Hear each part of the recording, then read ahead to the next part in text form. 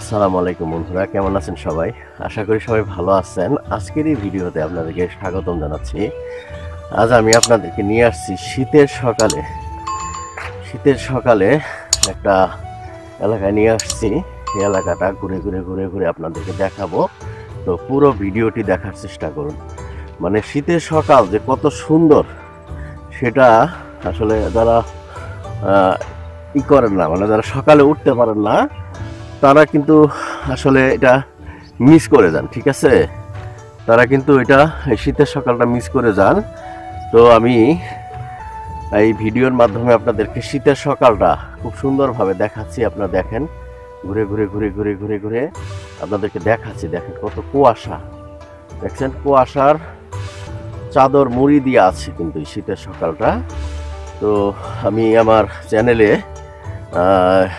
চেষ্টা করি আল্লাহর রহমতে প্রতি বছরই মানে শীতের ভিডিও দেওয়ার জন্যে। তো তারই ধারাবাহিকতায় আজ আমি খুব ঘুরে উঠে গেছি। উঠে আপনার ফজর নামাজ পড়ে আমি একটা উন্মুক্ত স্থানে চলে আসছি। চলে এসে আপনাদেরকে এই শীতের সকালটা দেখাচ্ছি।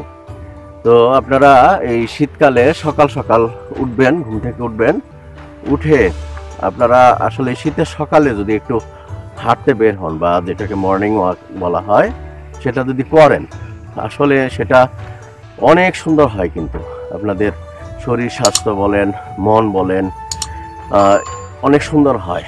আর আজকের এই ভিডিওটা করার একটাই উদ্দেশ্য, আপনাদেরকে একটা সুন্দর একটা মেসেজ দিব এবং একটা আমলের কথা বলবো যে এই আমলটা আপনারা করবেন। আপনারা চাইলে কিন্তু আপনাদের বাড়িতে এই আমলটা করতে পারেন। এটা হচ্ছে যখন ফজরে আজান দিবে, খেয়াল করেন, মানে যখন ফজর আজান দিবে ওই সময় আপনারা আপনাদের ঘরের দরজা জানালা এগুলি খুলে দিবেন। আমি আবার বলি, যখন ফজর আজানটা দিবে মানে যখন আপনার মুয়াজ্জিন আজান দেওয়ার জন্য মাইকে এরকম একটা দিবে আর কি, আওয়াজ করবে, ফু দিবে, ওই সময় আপনাদের ঘরের দরজা জানালাটা এটা খুলে দিবেন। মানে সম্পূর্ণভাবে দরজা জানলা আমরা যে নর্মালি যে খুলি, এটা এই সময় খুলে দিবেন। ঠিক আছে? তো এই সময় খুলে দিলে আপনার অনেক হাদিস দ্বারা প্রমাণিত আছে। আপনার হাদিস আপনারা শুনবেন আপনাদের এলাকার হক্কানি আলেমদের কাছ থেকে, মসজিদের ইমামদের কাছ থেকে শুনবেন যে ফজরের যে সময়টা, এই সময়টা কিন্তু মানে খুবই মানে গুরুত্বপূর্ণ সময়। এবং আপনারা দেখবেন এই ফজরের সময় এটাকে সুবহে সাদিক বলা হয়। মানে সুবহে সাদিক মানে সূর্য ওঠার আগ মুহূর্ত। এই সুবহে সাদিকেই তো ফজরের নামাজটা পড়তে হয়, তাই না? সুবহে সাদিক, যাই হোক, সুবহে সাদিক, এই সুবহে সাদিকের সময় কিন্তু আমাদের রাসূল সাল্লাল্লাহু আলাইহি সাল্লাম, আল্লাহ রাসূল আমাদের প্রিয় নবীজি হযরত মুহাম্মদ সাল্লাল্লাহু আলাইহি সাল্লাম আল্লাহর কাছে দোয়া করেছেন যে হে আল্লাহ, তুমি আমার উম্মতকে এই সুবহে সাদিকের সময় বরকত দান করো। তো রাসূল পাক সাল্লাল্লাহু আলাইহি সাল্লাম তার উম্মতের জন্য বরকতের দোয়া করেছেন। আর এটা আল্লাহ এটা কবুল করবেন, এটা হতেই পারে না। ঠিক আছে, যে আল্লাহ এই সময় কিন্তু বরকত নাজিল করেন এবং সেই সুবহে সাদিকের যে আপনার শীতল যে হাওয়াটা, বাতাসটা, এটা আপনার ঘরে ঢুকে খুব সুন্দর কিন্তু একটা দিবে, ফিল দিবে। এবং সেই বলা হয় যে এটা সেই জান্নাতি হাওয়া। মানে আর এই হাওয়াটার মধ্যে কিন্তু মুনাফিকের কোনো নিঃশ্বাস থাকে না। ঠিক আছে, আপনারা হয়তো বা জেনে থাকবেন যে এই হাওয়ায় মুনাফিকের কোনো নিঃশ্বাস থাকবে না। তো আপনারা এই সুবহে সাদিকের সময় উঠবেন, ঘরের দরজা জানালা খুলে দিবেন। দরজা জানালা খুলে দিলে আপনাদের যে লাভটা হবে বা উপকারটা হবে, এটা হচ্ছে যে আমরা হয়তো বা বারাকা বা বরকত এই শব্দটার সঙ্গে সবাই পরিচিত। ঠিক আছে, বরকত বা বারাকা এই শব্দটার সঙ্গে আমরা কিন্তু সবাই পরিচিত। তো এই বরকত বা বারাকা এটা কিন্তু আল্লাহর পক্ষ থেকে আসে। এখন বরকত বা বারাকা এই জিনিসটা কি, এটা আমি আপনাদেরকে একটু এক্সপ্লেন করি। যে ধরেন একজন মানুষ 10,000 টাকা আর্ন করে 10,000 টাকা উপার্জন করে, আবার আরেকজন মানুষ 1 লক্ষ টাকা উপার্জন করে। আমি জাস্ট উদাহরণের জন্য বললাম যে 10,000 1 লাখ।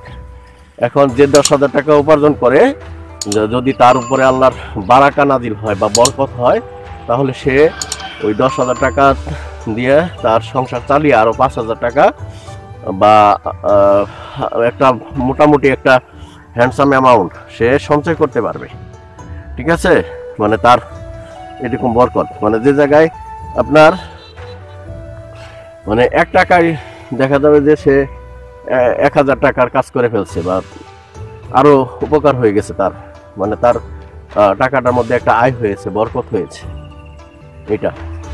আর যে 1 লাখ টাকা উপার্জন করে দেখা গেল তার উপর যদি বরকত না হয়, বরকত নাজিল না হয়, তাহলে দেখবেন যে সে মাসে সেই 1,000 টাকা বাসা ভাড়া, বাচ্চার বেতন, বিভিন্ন জায়গায় লাইফস্টাইল লিড দিতে যেয়ে সে কিন্তু সেই টাকাটা পুরোটাই কিন্তু খরচ করে ফেলবে।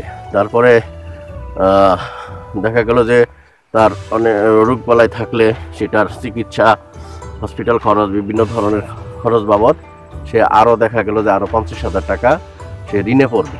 ঠিক আছে, তো ডে বাই ডে সে যদি 1 লাখ টাকা উপার্জন করেও আরও প্রতি মাসে ঋণে পড়ে, তাহলে কিন্তু তার কিন্তু বরকতটা হলো না। ঠিক আছে, তো এইভাবেই আমি আপনাদেরকে মানে বিভিন্ন সময় বিভিন্ন ভিডিওর মধ্যে আপনারা আমার চ্যানেলটা একটু ঘুরে দেখেন, ভিজিট করে দেখেন। আমি বিভিন্ন সময় বিভিন্ন ধরনের সুন্দর সুন্দর কথাবার্তা আপনাদেরকে শেয়ার করেছি বা শেয়ার করে যাব মৃত্যু অবধি, আমার ইচ্ছা আছে। তো আপনারা সেই একই কথা যে ভোরে উঠবেন, ভোরে উঠে দেখেন কত সুন্দর সেই সকালটা, দেখেন কত সুন্দর, ওয়াও, ওয়ান্ডারফুল একটা মানে সুন্দর একটা সকাল, ভোর। ঠিক আছে, এই ভোরটা উপভোগ করতে চাইলে কিন্তু আপনাদের সেই করতে হবে, সকাল সকাল উঠতে হবে। উঠে আপনাদেরকে কিন্তু মানে এই সকাল উপভোগ করতে হবে। মানে আপনারা ফজরের সময় উঠে যাবেন, ফজরের নামাজ পড়বেন, পড়ে তারপরে আপনারা 30 মিনিট বা 40 মিনিট একটু হাঁটবেন, বাইরে দিয়ে হাঁটবেন। এতে করে হবে কি, এই সারা দিনের যে একটা আপনার যে একটা এনার্জি বা ফুয়েল, এটা কিন্তু আপনি নিতে পারলেন। ঠিক আছে, তো এই ছিল আমার আজকের ভিডিও। পরবর্তীতে এই ধরনেরই আরও একটি ইনফরমেটিভ ভিডিও নিয়ে আপনারই সামনে আমি হাজির হয়ে যাচ্ছি। ততক্ষণ পর্যন্ত আপনারা সবাই ভালো থাকেন, সুস্থ থাকেন, ইমান আমলের সঙ্গে থাকেন, আর এরকম সুন্দর সুন্দর ভিডিওগুলি দেখেন। আর হ্যাঁ, ভিডিওটি যদি ভালো লাগে তাহলে একটা লাইক কিন্তু আমি আশা করতে পারি দর্শক বন্ধু, আর শেয়ার করে দেন আপনাদের বন্ধু বান্ধবদের ফেসবুক টাইমলাইনে, তারাও যেন এই ভিডিওটি দেখে সমানভাবে উপকৃত হতে পারে। আর যারা আমার চ্যানেলটিকে সাবস্ক্রাইব করেছেন তাদেরকে অসংখ্য ধন্যবাদ। আর যারা সাবস্ক্রাইব করেন নাই, প্লিজ সাবস্ক্রাইব করে পাশে আসা বেল বাটন অল প্রেস করে দিন, যেন এই চ্যানেল থেকে এই ধরনেরই ইনফরমেটিভ ভিডিওগুলি আপলোড হওয়া মাত্রই আপনারই স্ক্রিনে চলে যায়। আর যারা আমার পেজ থেকে দেখতেছেন, পেজটাকে ফলো দিয়ে রাখবেন। তো আজ এখানেই, থ্যাংক ইউ ফর ওয়াচিং, আল্লাহ হাফেজ।